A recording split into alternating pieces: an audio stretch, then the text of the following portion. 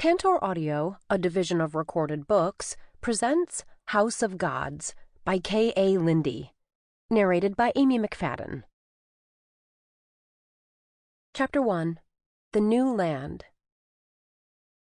The grass under Kerrigan's cheek was soft and springy, as if she were waking up back in her mountain home with the feather-down mattress beneath her. Any second now, Benton and Baton would sweep in and busy her out of the comfort of her society accommodations and off to work. Her eyes would flutter open, and everything would be well. But that wasn't right at all. Her head buzzed, bees zipped in and out of her skull, and the noise was only getting louder as she drew closer to consciousness. "Do you think she's alive?" Kerrigan shuddered at the sound of the voice, her whole body trying, yet failing, to break out of whatever web she was snagged in. "She looks a trifle dead to me, matron."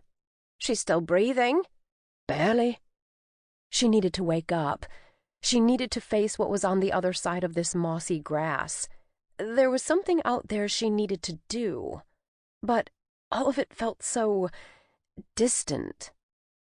It would be easier if she just lay here and did nothing. She had lost. That much bypassed the buzzing in her ears.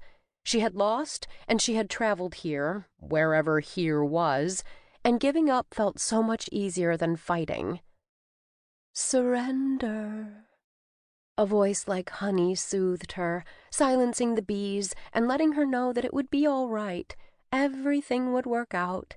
If she lay here and slept and forgot what she was after, then she could go on. And on sounded so much nicer than the alternative. "Should I run for a healer?" "Can't afford one, can we? It'd be more than she's worth." "No." She pushed the honey tongue away from her. Memories floated past it as Kerrigan forced her way through the viscous substance coating her memories and dragging her to the deep beyond. Her mission was important. It was the only way to save her friends and family back home. A home she might never return to if she didn't push forward. What was she supposed to be doing? "I don't know. That pink skin and red hair." Gentle, like a lullaby, the answer returned to her. Her mother. Her mother was alive. For 18 years, she'd believed that her mother had died in childbirth. Most human women didn't survive birthing a Fae child. Even a half-Fae, like Kerrigan, who had too much magic by most people's standards, the mother rarely survived. It was something in the amount of magic that was incompatible with the human. Except her mother had survived. In fact, she'd left the land of the gods to drop Kerrigan off with her father to keep her safe. As scandalous as it was, her mother had already been married, and her husband would stop at nothing to remove an illegitimate child. Now, she was Kerrigan's only hope. Alandria needed her. The city of Kincadia needed her. The society and all the dragons and all the people it had sworn to protect needed her. And Kerrigan had to find her. "Her eyes are moving. I think she's waking up." Kerrigan coughed, spitting up blood onto the mossy blanket. She hacked until there was nothing left in her stomach. The sun shone like a beacon overhead. She dug her fingers into the mossy grass, and it was not half as soft as she'd imagined. The blades scratched against her fingers, her eyes felt like she had sand in them, and there was an empty pit at the bottom of her stomach. Her magic. Oh, right. Her magic was gone. She retched again, retched until she was dry-heaving and thought she might bring up her insides. The rest of the problem came back to her in a hurry. The Red Masks, a terrorist group set on eradicating half-Fae and humans alike, had taken control of the society at the induction of the new council. Kerrigan's mentor, Bastion, revealed himself as the leader and slaughtered her surrogate mother, Helly.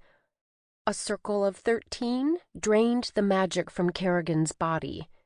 She and Fordham had escaped, only to fall through a portal to Domara, the land of the gods, her mother's homeland. One of those things was too much to handle. All of them was a punch to the gut. She couldn't survive without magic. People went insane from a temporary loss. But this emptiness felt endless. If she thought about it for more than a second, her world went black at the edges. No. She pushed that thought away. She hadn't died from it yet, and she wouldn't die before she saved her people. There was no other option. She needed Fordham, she needed to find her mother, and she needed to get home. "Girl, are you well?" a female voice asked urgently. It was one of the voices that Kerrigan had thought was lost in her mind. She finally peeled her eyes open long enough to discover there were, in fact, 2 people huddled over her. A pale, freckled older woman in a brown dress robe with her blonde hair up in curls, and a much younger man who was shirtless, in nothing but dark brown pants. His skin was tan in comparison to the woman's, and he had dark hair and eyes and a muscular torso and arms. "I don't think she can speak," the man said. Their accents were slightly different from each other, and they were definitely different from hers. Kerrigan's gaze roamed past them. Fordham. Where was Fordham? They'd fallen together through the portal. He should be at her side. He still had his magic, and he was injured. A stab wound to his side. Scales! She didn't see him anywhere. She'd never entered a portal and not come out on the other side with the person she was with. Had he even made it through? "Girl," the woman said more strongly. Kerrigan's gaze snapped up to her. "Help," she croaked. The woman jumped backward a whole foot, her hand rushing to her chest. "My gracious, she is alive, Felix." "I see that," he said with wide eyes. He hadn't moved at all. The woman cleared her throat, and he bowed by inches. "Matron Flavia?" She nodded her head once, and then took a few steps forward. "Who are you, girl? Where did you come from? Who are your people?"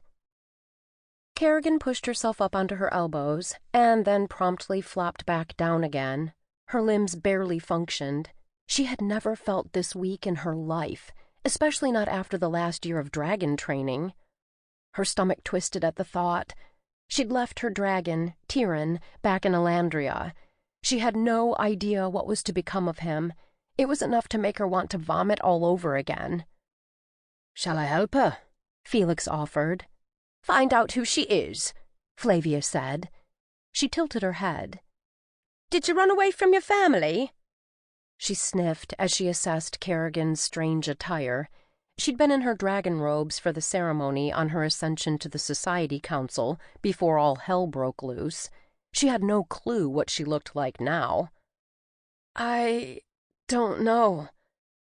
Her eyes focused, and she looked around. "Where are we?" "Dear me," Flavia said. "How far have you travelled that you know not where you are?" Kerrigan couldn't explain. Well, she could, but she'd sound insane. Dropping through a portal and landing in the middle of nowhere? "I'm looking for my mother." Flavia blinked, a hungry expression crossing her face for a moment. "And who is your mother? Would I know her?" Kerrigan recoiled from that look. Maybe she shouldn't tell this woman anything. Her father, Kerrigan Argon, had told her that the name Andromedix was a powerful one, that her mother's husband, Volsan, had been trying to find and kill her. Giving that name sounded like a death sentence, and she didn't know if her mother's name, Karis, was any better. "I don't know," Kerrigan repeated instead. Flavia huffed, as if she'd just lost a prize. "Well, help her up, Felix. Don't dally. We'll take her into the tavern and get her cleaned up. A hot meal and a bath will make a world of difference." Felix bent down and gently lifted Kerrigan to her feet. She wavered unsteadily, but he kept a respectful hand on her back to keep her up. "What happened to you?" he asked low, as Flavia traipsed toward the town that Kerrigan could now see in the distance. I don't know," she lied. "Well, I hope you remember soon," he said with a kind smile. "So we can return you to where you belong. Thank you. He nodded. Come now. It won't do to make the matron wait. With Felix's help, Kerrigan shuffled forward awkwardly until she got the hang of her legs again. The town was only a handful of buildings, and people openly stared at her as she passed. They watched Felix with nearly as much disdain as they did with curiosity about her. Why are they looking at you like that? Felix pursed his lips.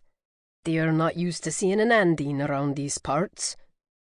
Kerrigan understood the undertones of his comment, but she had no idea what an Andine was.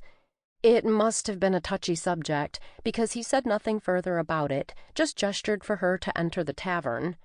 More looks were thrown in Felix's direction as they approached the bar, where Flavia was speaking with a busty woman with muted brown hair and keen eyes. "This her?" the woman asked. Flavia nodded. "We need to get her in a hot bath and some sustenance as well. You can handle it, Madrina?" Course, same as normal," Madrina said. A broad smile came to her face when Flavia agreed. "We're having stew for dinner tonight. Thalassia is baking the bread as we speak. Let's get you into a tub, and you'll feel a mite better by the time it's ready." Kerrigan felt as if she were missing a piece of the puzzle. I don't have any money." "I'll cover it," Flavia assured her. "We're going to send out runners to see where you belong. What did you say your name was again?" "I didn't," Kerrigan said. "Well, hand it over," Madrina barked. "Matron Flavia is doing you a real service. A name will help us get you home sooner than not." "Felicity." She swallowed as she said it. She had gone by her middle name, Kerrigan, since her father had unceremoniously dumped her on the door of the House of Dragons and given up her right to the Royal House of Crews. She'd gained it all back herself, but using that name still felt wrong. What is your house name?" Madrina asked. "Crews," she offered slowly, which was true, but not the truth at all. It didn't matter that she was Felicity Kerrigan Argon, first of the House of Crews, a society council member. All of that had been left behind in Elandria. They could send out as many runners as they wanted, but they wouldn't find her home. Not that she planned to stay. After a meal, she hoped she would be prepared to strike out on her own. "I don't know that house name," Flavia acknowledged uncertainly. "Well, Felicity," Madrina said, "let's get you into a bath. We'll find your people. No one with that pink of skin or red of hair has nowhere to belong." Kerrigan looked down at her pale, freckled skin. Pink? She'd never thought her skin was pink, unless she stayed out in the sun too long. Such a strange comment, and a strange people. Still, Kerrigan had no other option. She was hungry and filthy. Fordham was nowhere to be found, and she was weak. She was weak from everything that had happened. She could plan better once she had some food. Flavia waved her off, already turning back to Felix about some other matter. Kerrigan followed Madrina into a room filled with a large, heated tub. A girl at least a few years younger than Kerrigan came in to scrub her back and help her with her hair, which was good, since her red curls had never been tameable alone. "Here you go," Thalassia said, holding out a brown tunic. "It's the best we got. If Matron Flavia wants you in something nicer, she'll have to provide it." "Where did my clothes go?" She'd had fighting leathers on under her robes. They were high quality, and she wanted to keep them. But Thalassia shook her head.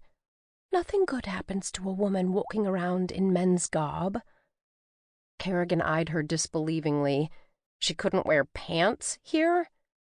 That was interesting. Most women back home wore dresses, but no one looked down on her for wearing her leathers. She still didn't have the energy to argue. After food, she would figure it out.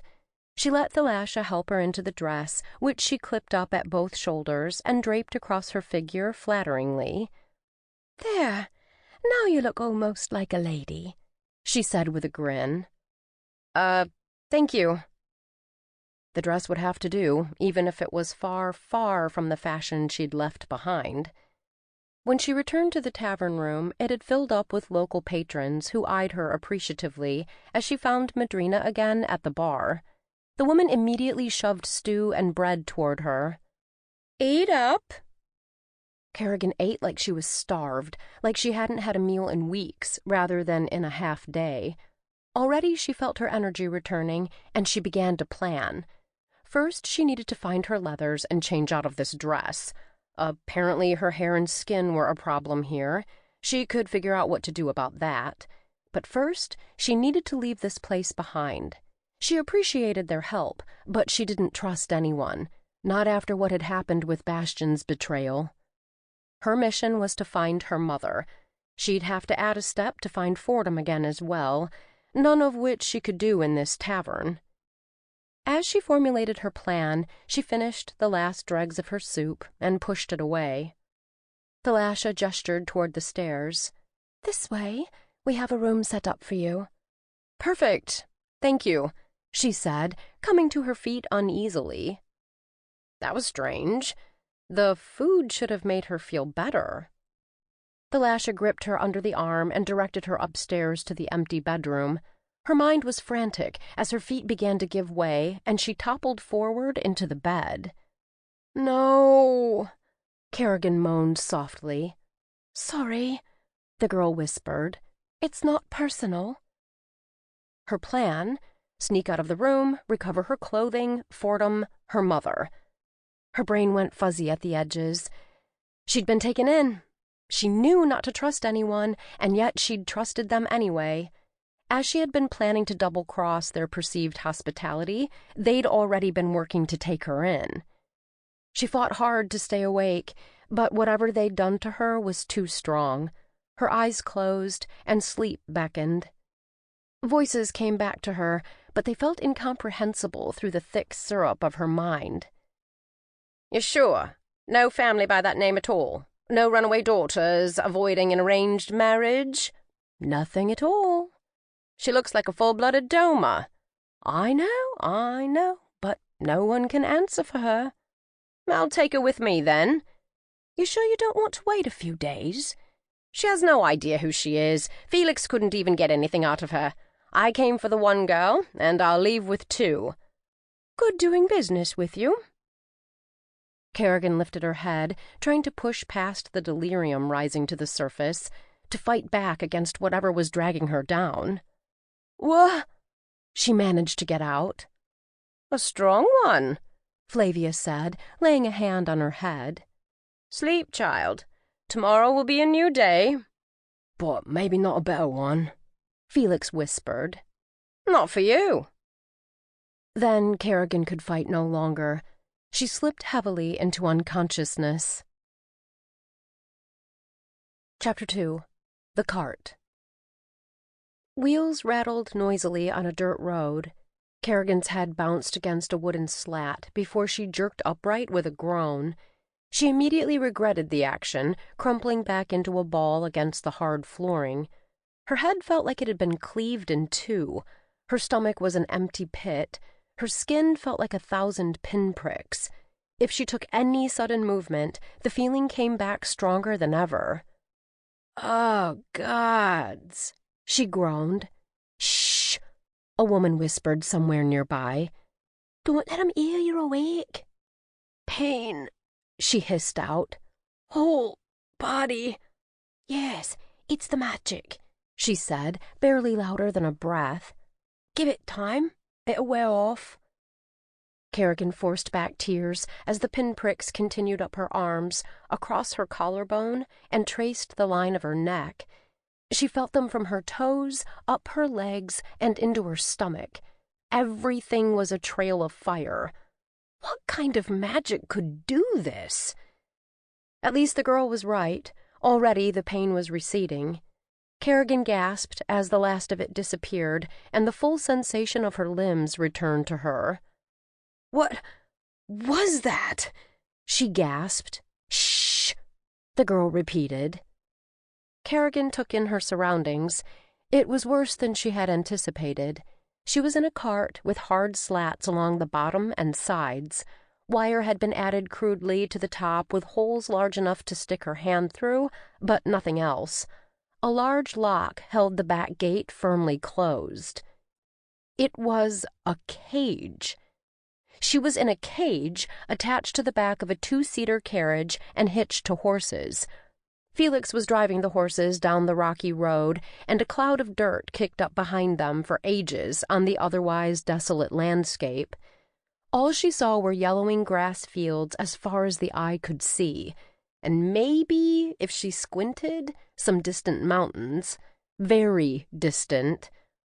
Flavia was nowhere to be seen, which probably meant she was out of the dust in the small carriage. The weather was sticky and hot. Kerrigan couldn't imagine being closed in with all of that moisture. Not that it was better to be coated in the red dust. And coated she was. She slid her clammy hands down her arms, but all it did was make the fine dust a rusty brown smear. So much for her bath. She assessed the lock to see how the mechanism worked. Not that she had anything to pick it with, and she didn't have her magic to do it for her. No one in the entire world knew where she was. She was still cursing herself for taking the stranger's help, but she'd never expected whatever this was. Which meant she needed answers. Kerrigan vaguely remembered Flavia saying that she had come for one girl and was leaving with 2. This must be the other girl. "Where are we?" Kerrigan asked, barely above a whisper. The girl whipped her face toward Kerrigan. She had tanned skin, as if the sun had turned it copper from labor. Her hair was a rich dark brown, hanging limp nearly to her waist. Her eyes were small and a washed-out brown. The only distinct feature on her was the dimple in her chin. She wore a similar style dress to Kerrigan, except dirtier and ragged on the edges. She put her finger to her mouth. Kerrigan nodded and scooted across the rocking cart. "Where are we?" "I don't know," she whispered. "How long was I asleep? All night? We've been traveling half the day." The girl glanced up at the carriage again. "Though they say you should have been out a whole nother day. They won't like it." Kerrigan considered that. So, they'd dosed her with some sort of magic, and she'd woken up a day early. Was that because she'd previously had magic?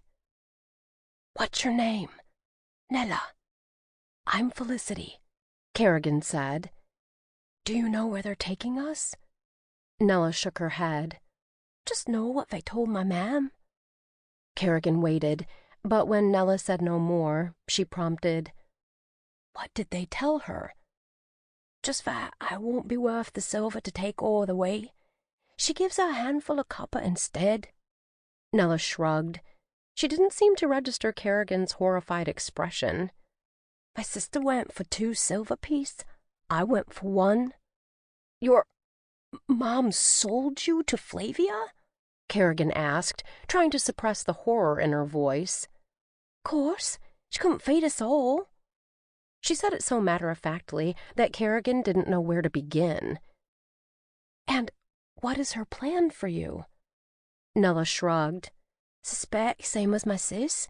The matron said she put her in a wealthy house, cleaning, cooking, and taking care of babes." Kerrigan had no way to know if that was true in the least. A person who purchased humans might have lied about what exactly she did with the people once they were purchased. And where exactly did that put Kerrigan? "And me? Do you know what she has in store for me?" "Don't right know," Nella said. "But they're all in a fuss about it." "Why?" "'Cause you look like a doma," Nella said, lowering her voice even further on the last word. She looked frightened to even mention it. Kerrigan had heard of Doma before. When she'd been only 12, Serene had shown up, proclaiming herself a Doma, a human with powerful magic. She'd competed in the Society Dragon Tournament and won. She'd taken the dragon and her powers and left a power vacuum in its wake. The start of all their problems. Or maybe just the fire that had lit the fuse that had already been there. but she didn't understand it in this context. Kerrigan didn't look like Serene at all. She was only half human, and her magic had come from her half-Fae heritage. Maybe the word meant something else entirely here. What's a doma? Nell looked at her as if she had sprouted a second head. How odd did you hit your head? Kerrigan bit her lip. I don't remember anything about my past. Easier to play dumb to get answers than to complicate things. Doma, they've the... She squeaked slightly as she looked around in fear. She gestured to the sky. The on high? Kerrigan furrowed her brow. Gods? That's what my mam said, she said quickly. They ruled Omara from the capital in Carithian. Carithian? Do you think that's where they're taking us? Nella shook her head fervently. No, gods, no. We'd be weeks from Carithian. What's the closest city, then? 3 days to Ivorine. I've been once when we got salt from the mines. Went with Pa before he passed. I'm sorry to hear that. It was a right bastard, but kept food on the table. Mam had more trouble with him gone, though plenty of trouble with him. I see, Kerrigan said. The girl didn't seem bothered by any of it. Only young, so young, for someone who seemed to be very accepting of being sold into servitude in another city. The only fear she'd displayed was having Felix or Flavia overhear them. Kerrigan wanted to ask so many more questions. She just wasn't sure that Nella actually had any more information for her. The way she kept glancing warily up at Felix, as if he might come back and beat her for speaking at any moment, Kerrigan was reticent to keep her talking. Luckily, a half-hour later, the horses began to slow, and Felix pulled off onto the road under the first copse of trees they'd encountered. He grunted as he dropped onto the rocky ground and put feed bags on the horses. He checked on Flavia first, who dismissed him after he provided her a meal. "All right," Felix said, swiping a hand across his sweat-soaked forehead. "I've got some crusty bread, cheese, and a dribble of wine for you." He came around the back, mechanically reaching for the lock, when he noticed Kerrigan sitting up and vigilant. He jumped in the air, released the lock, and let it tumble into the dirt. "By gods!" he breathed. "What are you doing awake?" "You mean after you drugged and kidnapped me?" Felix looked flummoxed by that assessment, even though that was exactly what had happened. "You shouldn't be awake." "Well, I am." "Flavia isn't going to like this," he grumbled under his breath.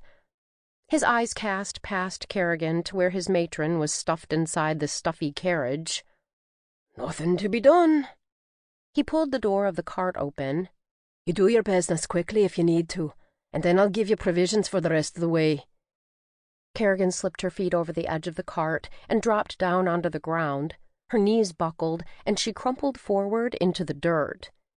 Felix stared down at her with a sigh. "Magic hasn't completely worn off. You need to take it easy." He grasped her under the armpits and hefted her back to her feet. She clutched the edge of the cart on unsteady feet. This was worse than she'd thought. "Go ahead. Do your business. There's nowhere to go for miles." Nella dropped down and rushed behind one of the small trees to relieve herself. Kerrigan couldn't even make it that far. After she finished, she came back around to Felix. He wasn't wrong.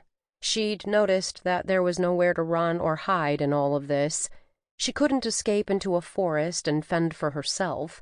With her jelly legs, Felix could easily outpace her. She'd have to think more carefully about this. She stepped closer to him. "Why are you working for her?" "That's none of your concern," he said stiffly. "Just get inside. We'll be to Irene in 2 days' time." "What are we going to do there?" Felix glanced down at her, then quickly away. "That's for Matron Flavia to decide." "You can't keep me here against my will," she argued. Felix said nothing.